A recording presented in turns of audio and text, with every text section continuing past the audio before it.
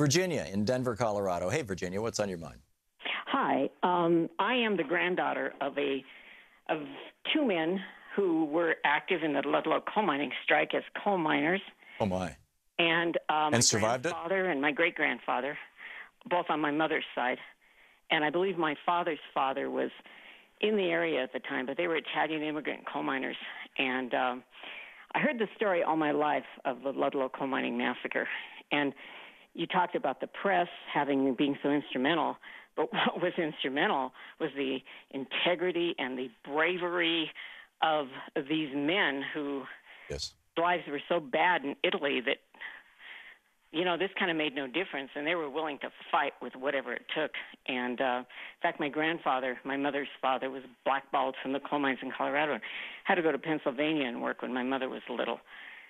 So they just were active, and that's the difference. I hear so many people today saying, oh, we should just give up. This is so hard. And I think back to those men who had families and children and were not willing to give up, and they were all immigrants from many different places besides Italy. In fact, there was a guy named Louis Ticas who was shot and killed, and that's what really got things rolling it was in Trinidad and Berwyn, Colorado, and Ludlow, Colorado, all that little area down there. So a lot of interesting things. And George McGovern has a book that's no longer in print, but I have a copy of it called The Great Coalfields War that was his, I think, a dissertation of his that eventually became a novel. It was fabulous. And there's some other books, too.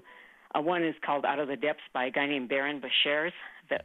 He was from Colorado, and he wrote that book. And some of these books are out of print, but I'm going to try to find them and send them to you because they are magnificent. Yeah. And then there are a couple of others that are still in print, and if there's a way, you know, I could talk to someone after I get off of here. I could email this information to you because there's...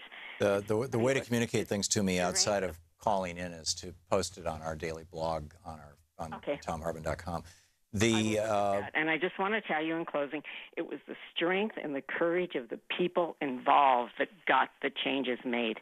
And that's what we have to do now, because otherwise we're sunk. Yeah, and if we give up and say, oh, poor us, it can never happen, then it won't ever happen. Right. And correct me if I'm wrong, the Ludlow Massacre was the one where the women and children went to join their husbands, the miners, and in these tents along the side of the railroad track, and the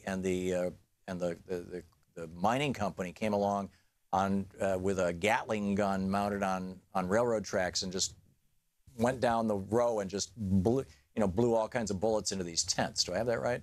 So went underneath because they had storage facility. You know, they dug storage like cellars underneath the tent city, and they would hide in there, and they went actually down in there and killed them also. Oh, my God. And that's what my grandfather's... The question in my mind, Virginia, has always been how many Ludlow massacres did not make national attention? Oh, well, there was a Columbine massacre before the school up here in Erie, Colorado, that no one ever talks about, but it occurred. It was a Columbine mine massacre.